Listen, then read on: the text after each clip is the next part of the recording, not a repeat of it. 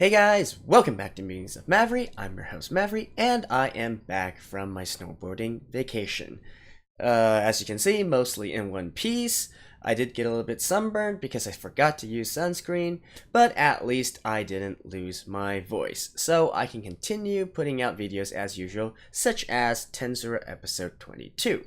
So last time where we left off, we just found out where the big spirits are, or I guess the higher level spirits are that can be used to be fused with the children, so that their lives can be extended. At least that is the theory behind it, judging from what happened to Shizu, right?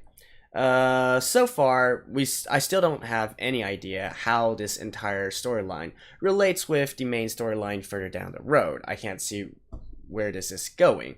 I'm assuming it has something to do with stories later on. I have a theory where I think it's not that simple to extend their lives just by putting spirits in them.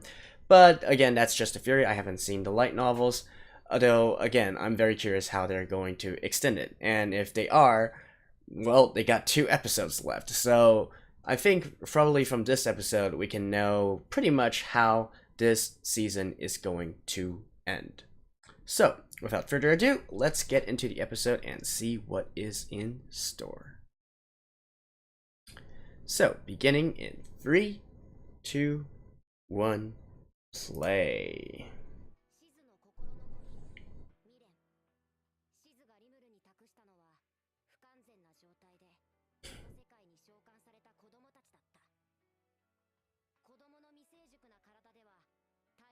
Alright, so getting a recap now.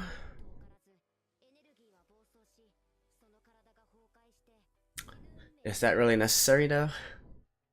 They're using precious time here. You got 2 episodes left, Tensura.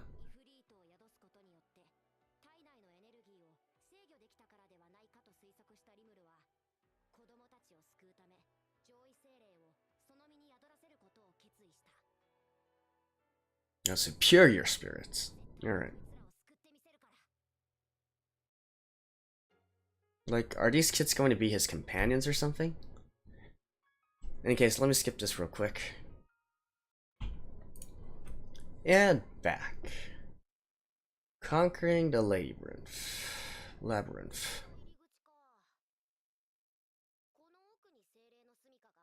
So they're gonna take 2 episodes to finish this whole thing.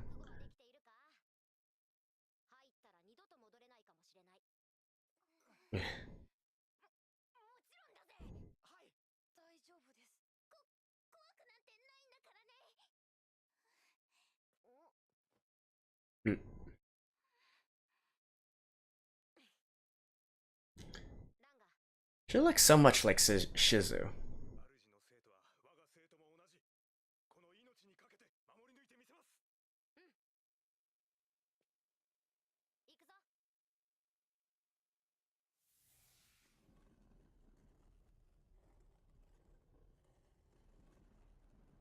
Hmm.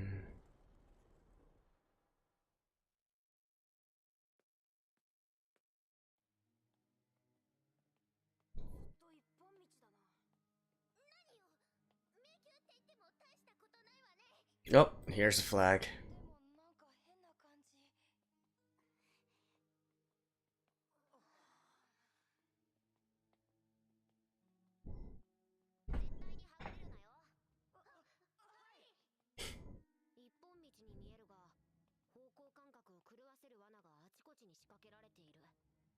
Oh, really?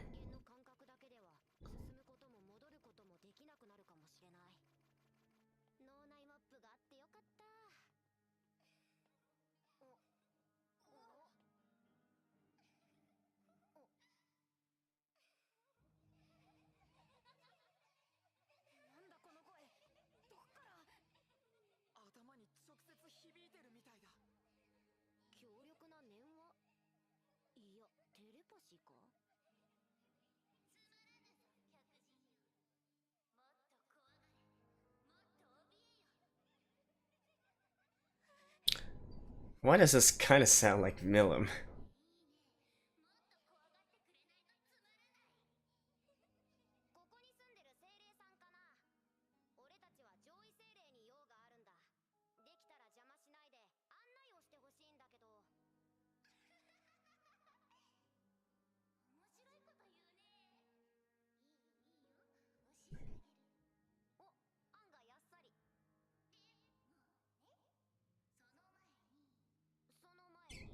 Play a game?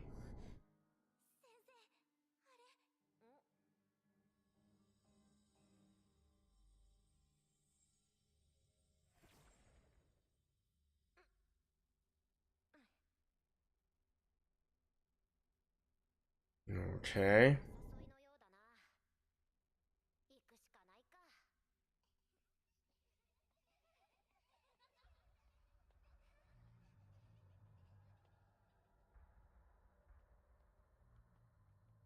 Hmm.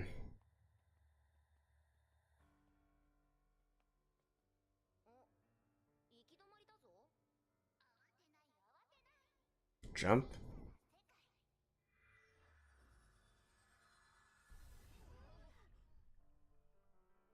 Ooh.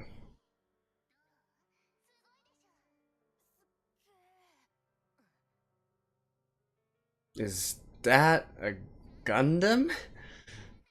Right? Or a mecha, at least. But then again, we did know of this, right? We saw from earlier episodes. True. We saw before that this country, I mean, this world has electricity and such, so sort of steampunk.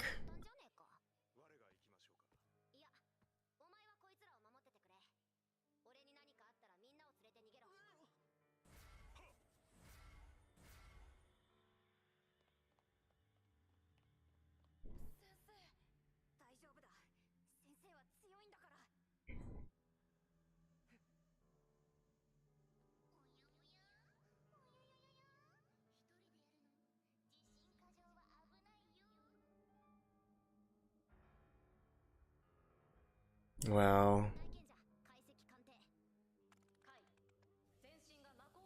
Oh, a golem. Alright.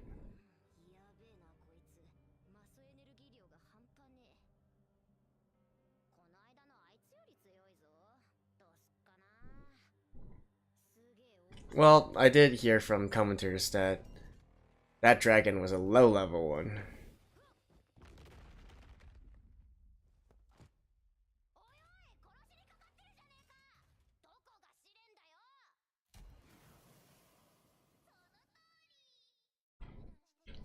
I'm pretty sure golems aren't steam-powered.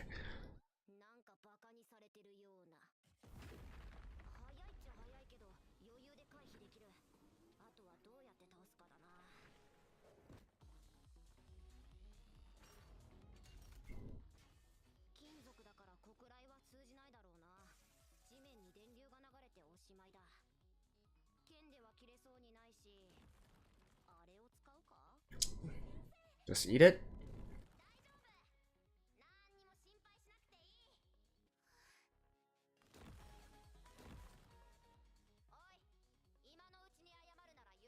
I'm guessing he's gonna eat it.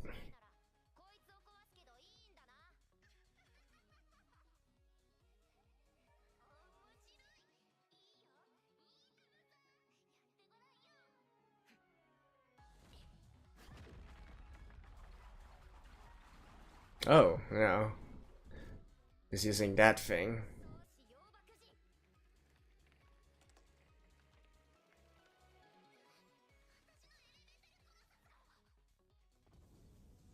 Oh? Oh yeah, because of his new ability, he knows all the skills and abilities of his subordinates.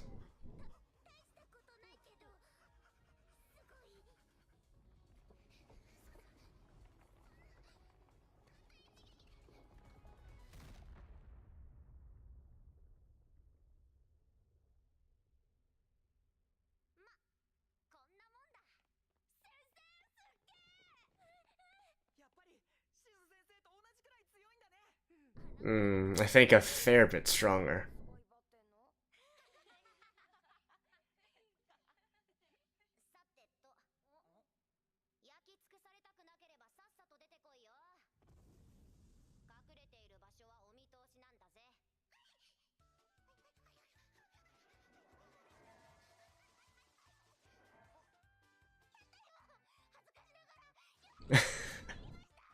Alright, Tinkerbell. Uh,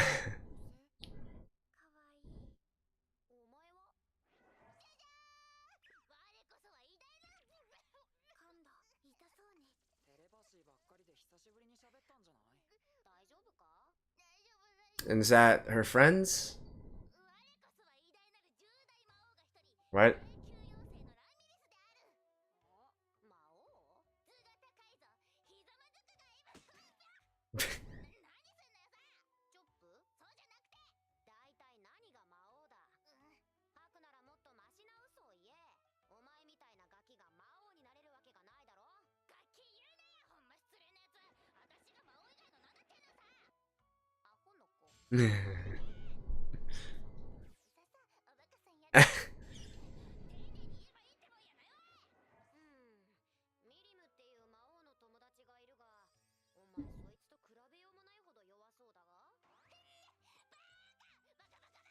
What, demon lords aren't determined by strength or power?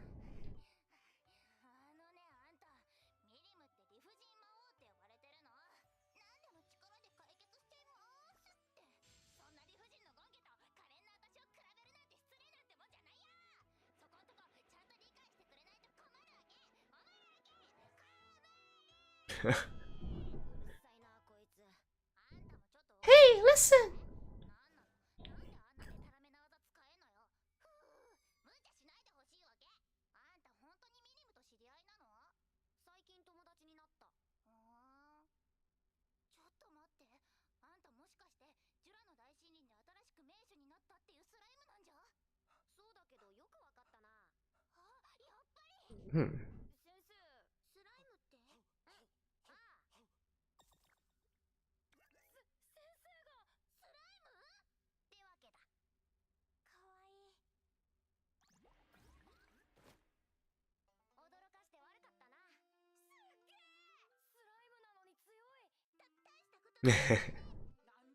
Alright, come on! Move it, move it, move it.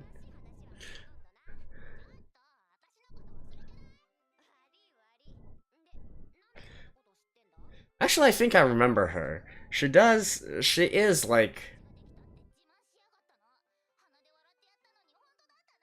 Oh.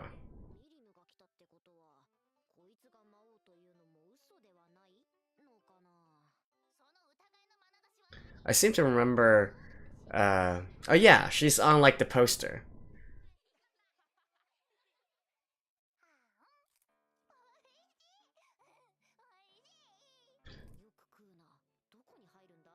What kind of demon lord is this?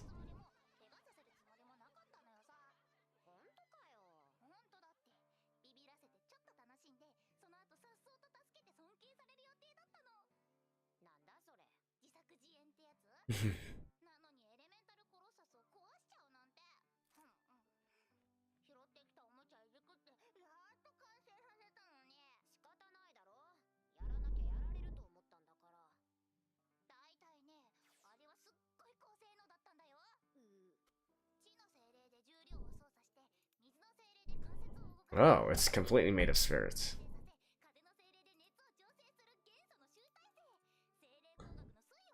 Spirit engineering?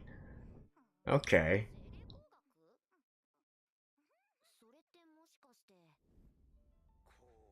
Yeah, this one.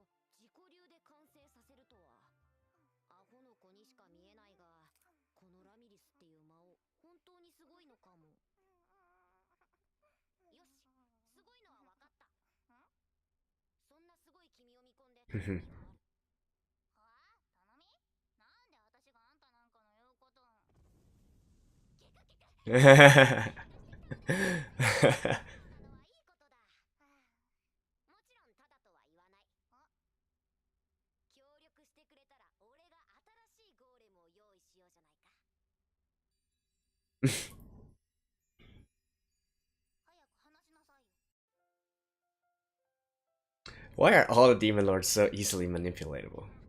Manipulated.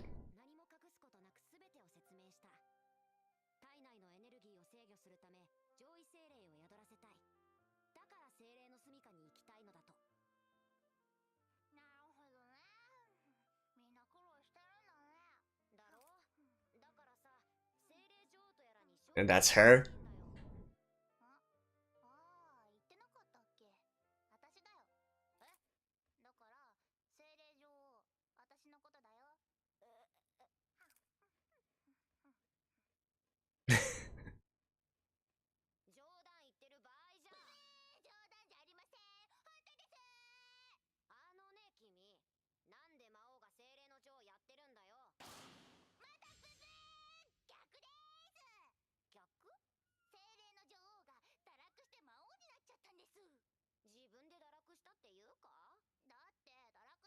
Oh?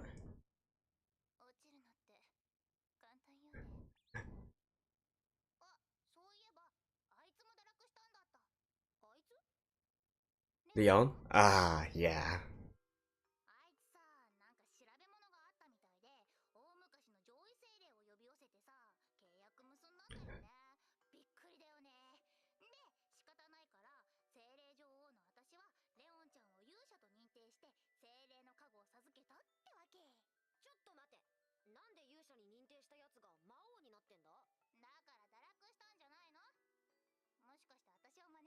So what is falling from Grace B? What?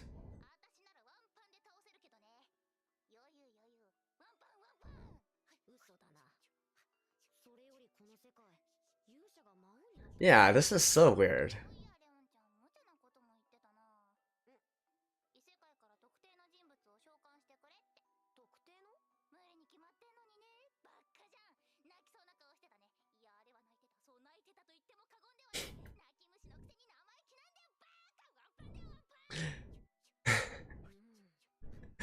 I'm agreeing with Rimuru.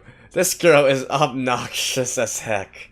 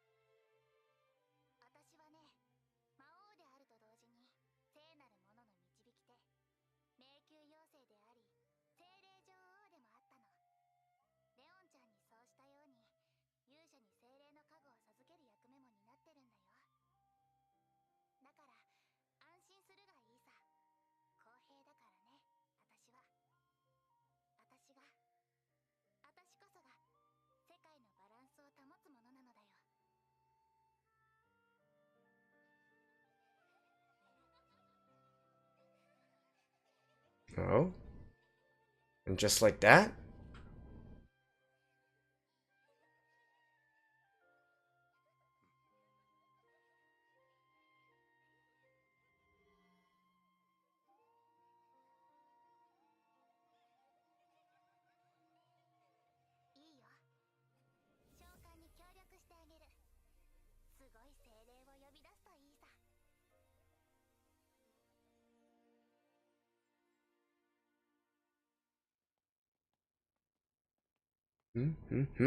What just happened? What?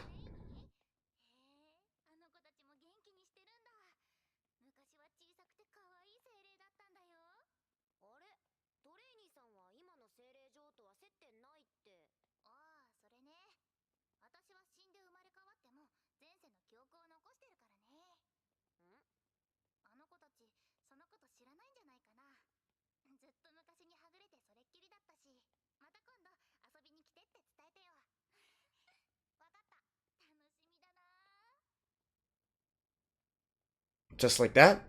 It's done? We're over? What? Oh, they still need to go to the dwelling of spirits.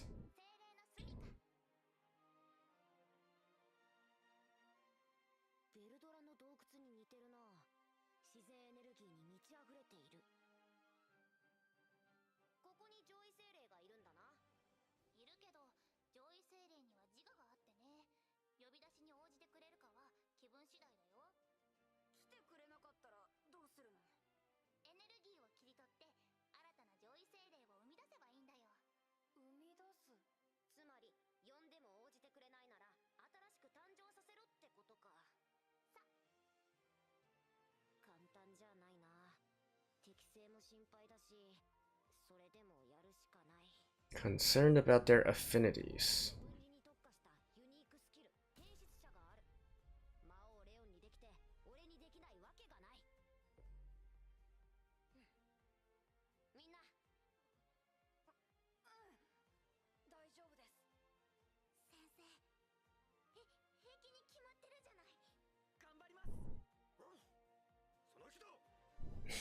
Are you also gonna get a spirit, Renga?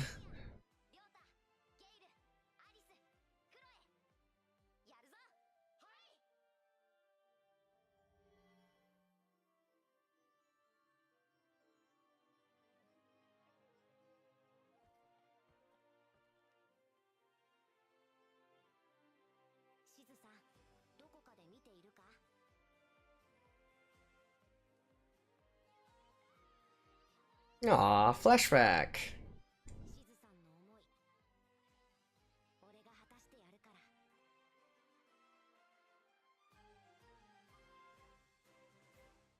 Really? So one last episode where they summon the spirits?